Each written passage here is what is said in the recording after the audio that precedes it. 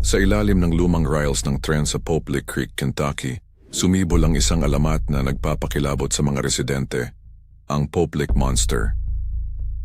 Ayon sa kwento, ito ay isang nilalang na kalahating tao, kalahating kambing, na may matalim na sungay, mapupulang mata, at balahibong kulay abo na tila nagmumula sa kadiliman ng gubat.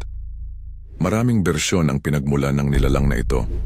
Sabi ng ilan, isa siyang eksperimento ng isang baliw na siyentipiko na tumakas mula sa kanyang laboratorio at nagtago sa mga liblib na bahagi ng Kentucky. May iba namang naniniwala na siya ay dating artista sa circus na isinumpa matapos ang isang trahedya na nagbago sa kanyang anyo. Ang pinakakilalang kwento ay ang kakayahan ng Pope Lick Monster na hipnotisin o akitin ang mga dumadaan sa tulay gamit ang kanyang kakaibang tinig na nauuwi sa malagim na aksidente sa rails ng tren. May mga tunay na insidente ng pagkamatay sa lugar na ito, kaya't lalong tumindi ang takot at paniniwala ng mga tao sa nilalang. Hanggang ngayon, ang Pope Lick Monster ay nananatiling misteryo. Walang nakakakita ng harapan, ngunit lahat ay natatakot sa kanyang presensya.